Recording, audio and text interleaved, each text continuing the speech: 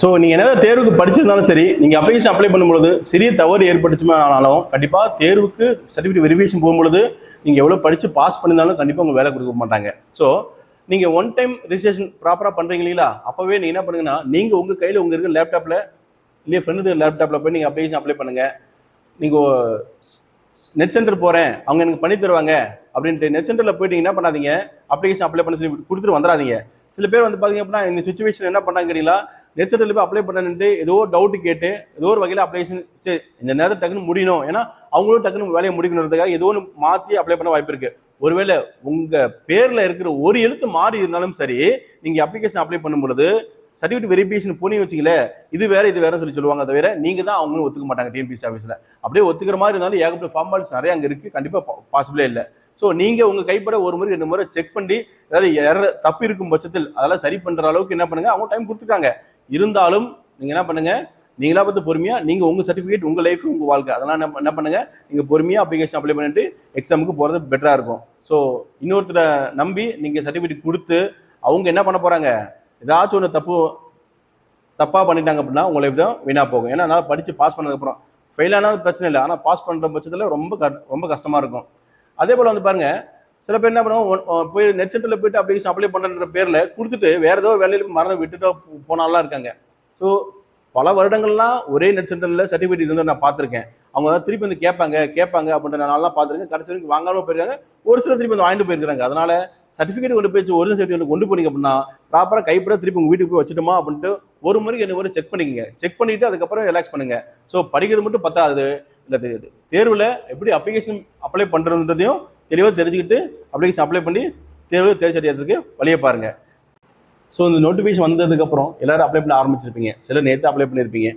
சிலர் மோஸ்ட்லி வந்து பார்த்தீங்க அப்படின்னா புதிதாக இருக்க மாணவர்களுக்கும் இல்லை ஆல்ரெடி அப்ளை பண்ண மாணவர்களுக்கும் சில சந்தேகங்கள் இருக்கும். அது என்ன சந்தேகம் அப்படின்னு கேட்டீங்களா, எப்படி அப்ளை பண்ணுறதுன்றது. நாளைக்கு வந்து பார்த்தீங்க அப்படின்னா எப்படி அப்ளை பண்ணணும் அப்படின்றத ஸ்டெப் பை ஸ்டெப்பாக இன்ஸ்ட்ரக்ஷன் கொடுக்குறாங்க. இன்னைக்கு இன்ஸ்ட்ரக்ஷன் தெரிஞ்சுக்குங்க. ஏன்னா இருக்கிற எல்லா இன்ஃபர்மேஷன் கேதர் பண்ணி வச்சிருக்கிற அப்புறம் தான் நீ என்ன பண்ண முடியும், எக்ஸாமுக்கு அப்ளிகேஷன் அப்ளை பண்ண முடியும். Page number 5. இந்த பேஜ் நம்பர் 5 வந்து பார்த்தீங்க அப்படின்னா தடை செய்யப்பட்ட பொருட்கள் அப்படின்னு சொல்லியிருக்காங்க. அப்படி என்ன தடை செய்யப்பட்ட பொருட்கள் அப்படிங்கிறீங்களா, உங்களோட கம்யூனிகேஷன் கேஜெட்ஸ். ஸோ மொபைல் ஃபோன்லேருந்து ஆரம்பித்து உங்களோட ஸ்மார்ட் வாட்ச் வரைக்கும், அது மட்டும் இல்லை மெமரி தரவுகளை சேமித்து வச்சுக்கிட்டு அங்கே போய் டிஸ்பிளே பண்ணுற மாதிரி இருக்கிற விஷயங்களும், அது மட்டும் இல்லை கம்யூனிகேஷன் டிவைசஸ்ஸு. ஸோ கடைசியாக வந்து பார்த்தீங்க அப்படின்னா பேப்பர் தாள் வரைக்கும். ஸோ இது போன்ற எந்த ஒரு பொருட்களும் நீங்கள் கண்டிப்பாக எடுத்துகிட்டு போகக்கூடாது அப்படின்றாங்க. ஸோ மோஸ்ட்லி டிஜிட்டல் வாட்ச் கட்டினா கூட சரி, நீங்கள் என்ன பண்ணுங்கள், அது ஹெல்த்துக்காக தான் பயன்படுத்துறீங்க அப்படின்னு தெரிஞ்சிருந்தாலும் தேர்வுக்கு எடுத்துகிட்டு போகாதீங்க. அப்படி எடுத்துகிட்டு போகும் பட்சத்தில் கண்டிப்பாக அது வாட்ச் வெளியே வைக்க சொல்லுவாங்க. அது காணாமல் போயிடுவோம், இல்லை மிஸ் ஆகவோ வாய்ப்பு இருக்குது. ஏன்னா அது எங்கே வைப்பீங்க உங்களுக்கு மறந்துடலாம். எக்ஸாம் தேர்வு முடிஞ்சு வரும்பொழுது நீங்கள் அப்படியே மறந்து வீட்டுக்கு போயிடலாம். அதுக்கப்புறம் அவங்க எடுத்து டிஸ்போஸ் எங்கே பண்ணிட்டாங்கன்னு வச்சுக்கோங்க, மிஸ் பண்ணுற மாதிரி ஆகிடும். ஸோ அதனால் அது மாதிரி எதுவும் எடுத்துகிட்டு போகாதீங்க. சிம்பிளாக அனலாக் வாட்ச் மட்டும் கட்டிட்டு போங்க தேர்வு தாளுக்கு, சரிங்களா, தேர்வு அறைக்கு. அதே போல் அடுத்த ஸ்லைடு முக்கியமாக என்ன சொல்லியிருக்காங்க அப்படிங்கிறீங்களா, எச்சரிக்கை விடுத்திருக்காங்க. என்ன கேட்டீங்களா, நீங்கள் என்னதான் தேர்வு எழுதியிருந்தாலும் தேர்வு எழுதுனதுக்கப்புறம் நீங்கள் எக்ஸாம் ஹாலுக்கு போயிட்டு வந்ததுக்கு அப்புறம் கூட, இல்லை அதுக்கு முன்னாடி கூட சரி, இடைத்தரகர்கள் நாங்கள் உங்களை பாஸ் பண்ண வச்சுருவோம், வாங்க பணத்தை கட்டுங்க, அதை பண்ணுங்க இதை பண்ணுங்கன்ட்டு டெஃபினட்டாக டிஎன்பிசி போன்ற விடைகளுக்கு எதுவும் அப்ரோச் பண்ணுறது இல்லை அவங்க. ஸோ அதை தெளிவாக சொல்லியிருக்கிறாங்க. இடைத்தரகர்களை நம்பி நீங்கள் ஏமாறுறது அது உங்கள் விருப்பம் அப்படின்ட்டாங்க. ஏன்னா அப்படி ஒன்று நடக்கவே போகிறவே இல்லை, நாங்கள் எந்த இடைத்தரகரும் வச்சுக்க போகிறது இல்லை. ஸோ நீங்கள் படித்தா மட்டும்தான் நீங்கள் தேர்வு எழுதி உள்ள தேர்வுக்கு வேலைக்கு வர முடியும் அப்படின்ட்டு இருக்காங்க. புரியுதுங்களா? அதனால் எக்காரணத்தை கொண்டும் யாராச்சும் படித்து பாஸ் பண்ணி போகிறாங்க பார்த்தீங்களா, அவங்கள பணம் கட்டி பாஸ் பண்ணி போயிட்டாங்கன்னு சொல்லி சொல்லாதீங்க. அதே போல் நீங்கள் ஒருவேளை ஃபெயில் ஆகும் பட்சத்தில் அவங்களாம் பணம் கொடுத்து பாஸ் பண்ணிட்டாங்க அப்படின்னு சொல்லி சொல்லாதீங்க. எல்லாருமே வந்து பார்த்தீங்க அப்படின்னா படித்து தேர்வு எழுதி அதுக்கான வேலைக்கு போகிறாங்க தவிர யாரும் இடைத்தரகர்கள் வச்சு போகிறதில்ல. அதை தான் எச்சரிக்கை விதமாக என்ன சொல்லியிருக்காங்க, இது போன்ற இடைத்தரகர்கள் நம்பாதீங்க அப்படின்னு இந்த ஸ்லைடில் சொல்லியிருக்காங்க. சரிங்களா? அடுத்து வாங்க நம்ம பார்ப்போம். இதில் பாருங்க, ஸோ தேர்வு நோட்டிஃபிகேஷன் நேற்று விட்டாங்க இல்லைங்களா, அன்றைய நாளுக்கு முதல்ல நீங்கள் என்ன பண்ணிருக்கணும், தேர்ச்சி அடைஞ்சிருக்குன்னு சொல்லியிருக்காங்க. என்ன தேர்ச்சி அடைஞ்சிருக்கணும், குறைந்தபட்ச கல்வி வயது தகுதி 10ஆம் வகுப்பு படிச்சிருந்தாலே போதும். சரிங்களா? அதில் 2 இருக்கு பாருங்க, ஒரு 18 இயர்ஸ் ஒன்று இருக்கும், 21 இயர்ஸ் ஒன்று இருக்கும் எலிஜிபிலிட்டி. 21 வயது வந்து பார்த்தீங்க அப்படின்னா விஏவுக்கும், மற்ற இந்த வனக்காவலர்கள் வந்து பதவிகளும் வந்து பார்த்தீங்க அப்படின்னா 18 வயது குறிப்பிடப்பட்டிருக்கும். மேலே பார்த்துலாம் நீங்கள்.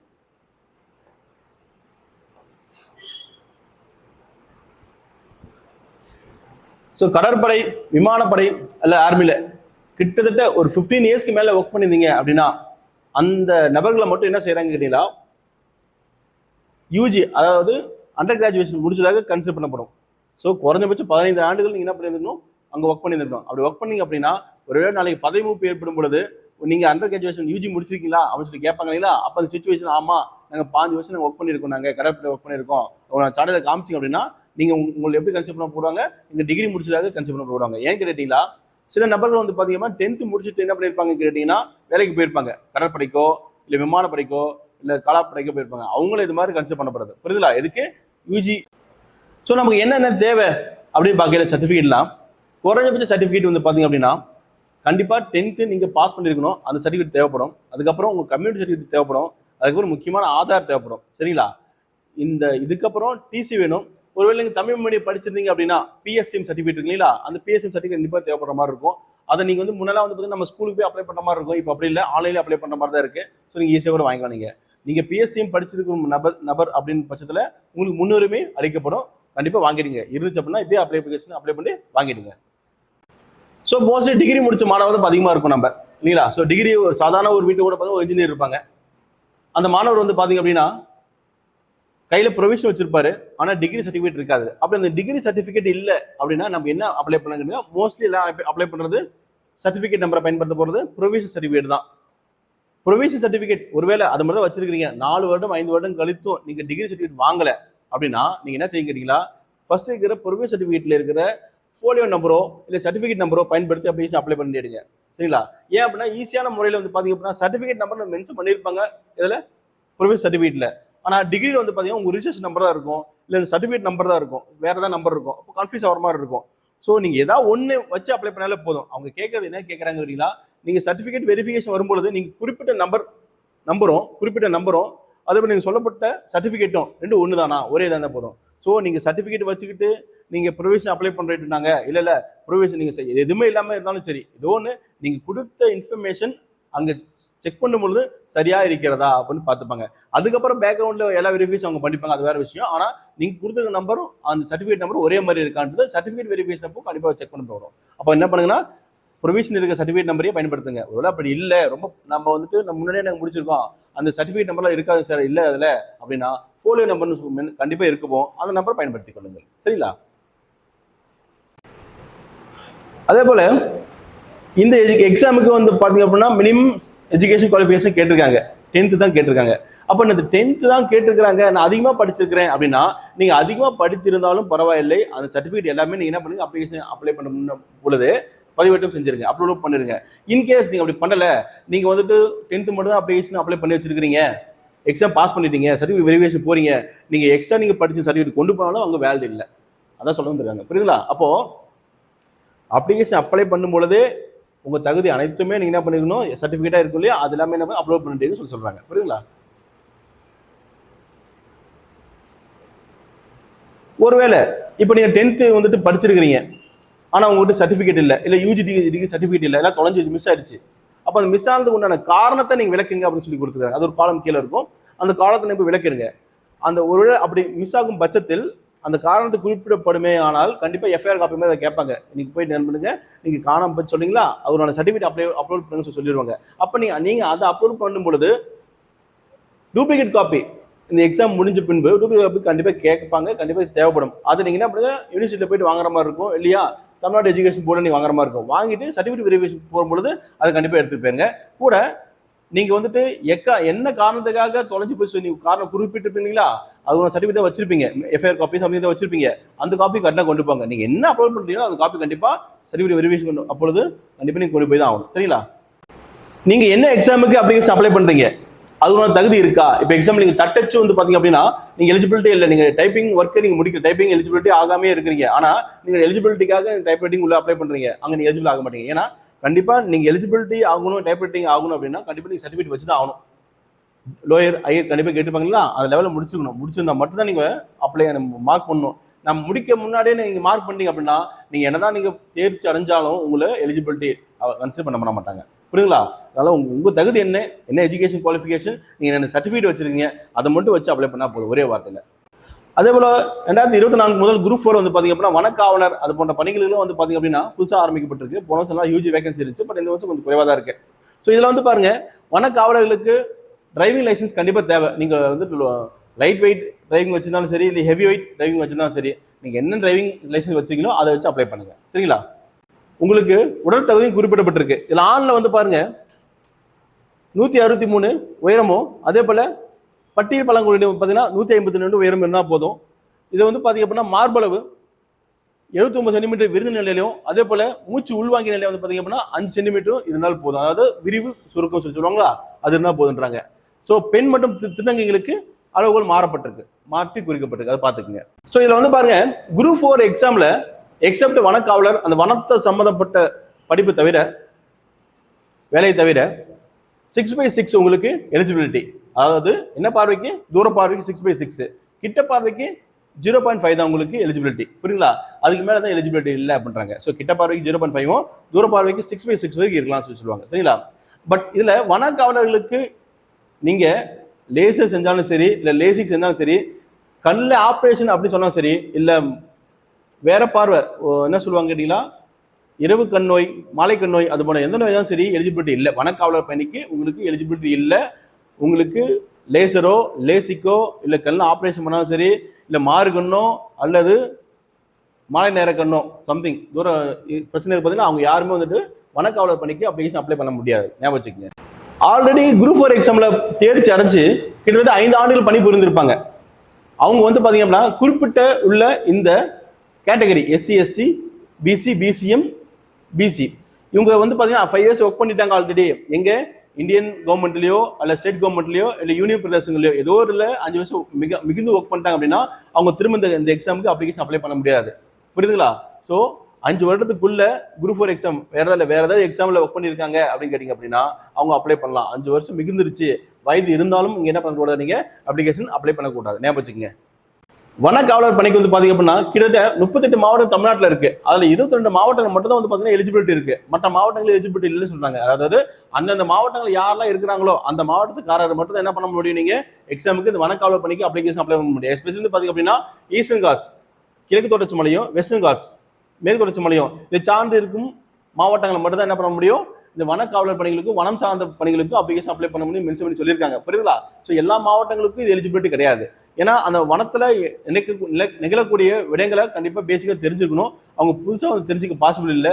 ஸோ அவங்க ஒருவேளை சென்னையில போன்ற பகுதிகளில் வசிக்கிறாங்கன்னா அப்படின்னா வனம் எப்படி நம்ம பாதுகாக்கணும் போன்ற நாலேஜ் அவங்களுக்கு இருக்குமோ இல்லாதோ இல்லை இருக்காது பேசிக்கா அப்படின்ற ஒரு எண்ணத்துல தான் என்ன பண்ணிருக்காங்க டிஎன்பிஎஸ்சி கவர்மெண்ட் என்ன பண்ணிருக்காங்க, இந்த மாவட்டத்தில் இருக்கிறவங்க மட்டும்தான் அப்ளிகேஷன் அப்ளை பண்ண முடியும். பாருங்க, நாங்கள் மென்ஷன் பண்ணியிருக்கோம் என்னென்ன மாவட்டங்கள் எலிஜிபிலிட்டி இல்லை அப்படின்னு பார்த்தா சென்னை, திருவாரூர், காஞ்சி, செங்கல்பட்டு, அரியலூர், மயிலாடுதுறை, நாகப்பட்டினம், தஞ்சாவூர், திருவாரூர், புதுக்கோட்டை, ராமநாதபுரம், சிவகங்கை, தூத்துக்குடி, கிருஷ்ணகிரி, கரூர், கடலூர் இந்த மாவட்டங்களில் இருக்கிற அனைத்து மாணவர்களும் கண்டிப்பா வனம் சார்ந்த பணிகளுக்கு நீங்க குரூப் 4 எக்ஸாம்ல அப்ளிகேஷன் அப்ளை பண்ண முடியாதுன்றத தெளிவா சொல்லியிருக்காங்க. இப்போ எக்ஸாமுக்கு முன்னாடியே ரிசல்ட் வரதுக்கு முன்னாடி வந்து பாத்தீங்க அப்படின்னா OMR சீட்டு சில பேர் கேட்பாங்க. கோர்ட்ல கேஸ் போட்டோ இல்லை எங்களுக்கு கண்டிப்பா வேணும் சொல்லியும் நம்ம டிஎன்பிஎஸ்சி ஆஃபீஸை அனுப்புவீங்க. அது போன சுச்சுவேஷன்ல கண்டிப்பா நாங்க என்ன பண்ண மாட்டோம், OMR சீட்டு முன்னாடியே நாங்கள் வெளியே லீக் பண்ண மாட்டோம், வெளியே விட மாட்டோம் அப்படின்னு தெளிவா சொல்லியிருக்காங்க. புரியுதுங்களா?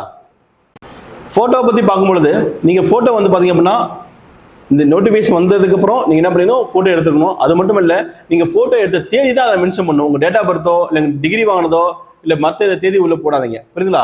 ஸோ அந்த தேதி வந்து பாத்தீங்க அப்படின்னா நீங்க என்ன தேதியில நீங்க போட்டோ எடுத்துக்கிறீங்க அப்படின்ற தேதியை அதை மென்ஷன் பண்ணணும். புரியுதுங்களா? அப்போ மொத்தம் உயரம் வந்து பாத்தீங்க அப்படின்னா 4.5 சென்டிமீட்டரும், அதே போல அகலம் வந்து பாத்தீங்க அப்படின்னா 3.5 சென்டிமீட்டரும்.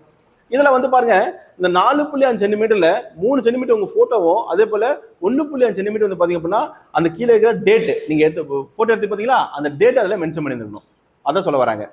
அதே போல சிக்னேச்சர் வந்து பாத்தீங்க அப்படின்னா உயரம் வந்து 2 சென்டிமீட்டரும், அகலம் 6 சென்டிமீட்டரும். இது எப்படி நீங்க போட்டோ எடுத்து அப்ளை பண்ணுறீங்களா, ஒரு ஒயிட் தாளில் என்ன பண்ணுங்க, நீங்க சிக்னேச்சர் அழகா இந்த சைஸ்ல இது எடுத்துருங்க.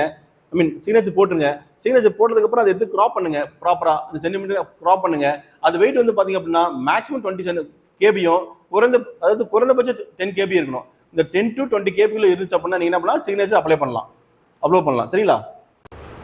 அதே போல நீங்க அப்ளிகேஷன் அப்ளை பண்ணும்பொழுது 2 மாவட்டங்கள் நீங்க தேர்வதற்கு அனுமதிப்படுவார்கள்.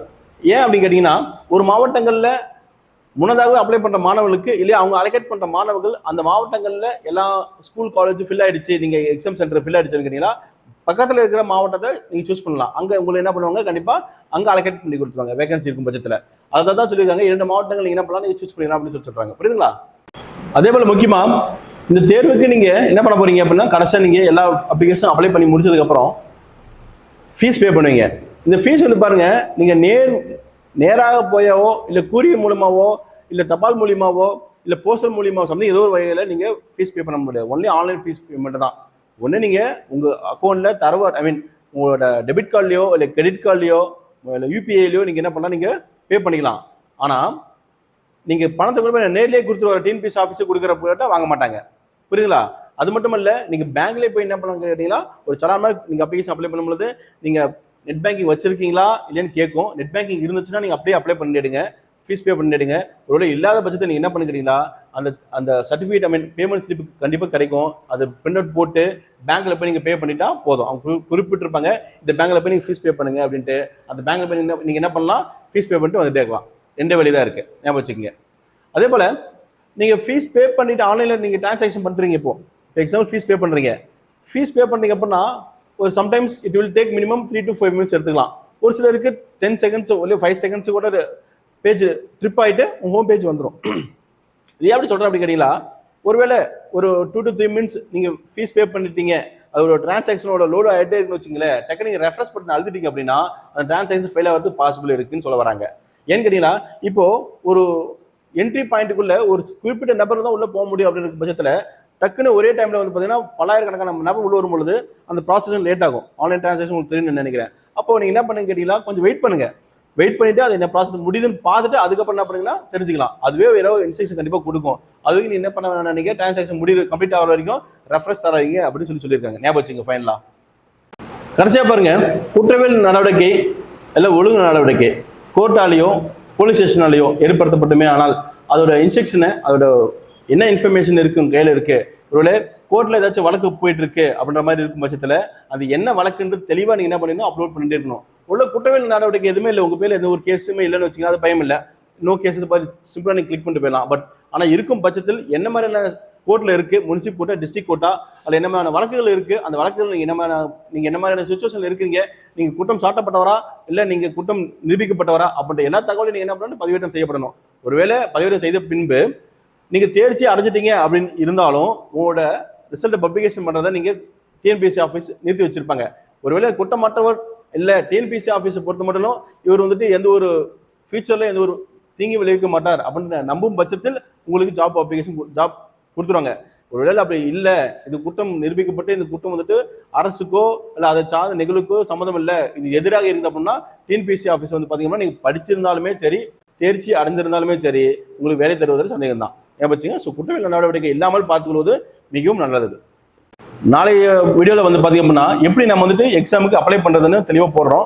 பொறுத்திருந்து அப்ளை பண்ணுங்க. அதே போல் இரவு நேரங்களில் விடியற் காலையில் அப்ளிகேஷன் அப்ளை பண்ணிங்கன்னு வச்சுங்களேன் உங்களுக்கு எளிதாக இருக்கும். ஏன்னா எல்லாரும் தூங்கிட்டு இருப்பாங்க மோஸ்ட்லி. அப்போ நீங்கள் அப்ளிகேஷன் அப்ளை பண்ணும்போது ஈஸியாக சர்டிஃபிகேட் அப்லோட் ஆகும். அது மட்டும் இல்லை பேமெண்ட் ஈஸியாக டிரான்சாக்ஷன் ஆகும். இப்போ நீங்கள் மார்னிங் பீக் ஹவர்ஸ்லேயே ஈவினிங் பீக் ஹவர்ஸ்லேயே நீங்கள் பேமெண்ட் பண்ணுறீங்க அப்படின்னா டெஃபினட்டாக பேங்கிங் பொதுவாகவே பீக்காக இருக்கும். ஸோ டிஸ்டர்ப் ஆக வாய்ப்பு இருக்குது பேமெண்ட்டில். ஸோ எர்லியர் மார்னிங்கில் பே பண்ண ட்ரை பண்ணி பாருங்கள், சரிங்களா? ஸோ நாளைக்கு வீடியோ பார்த்தீங்க அப்படின்னா எப்படி அப்ளிகேஷன் அப்ளை பண்ணுறதுன்னு தெளிவாக நாங்கள் வீடியோ போடுறோம்.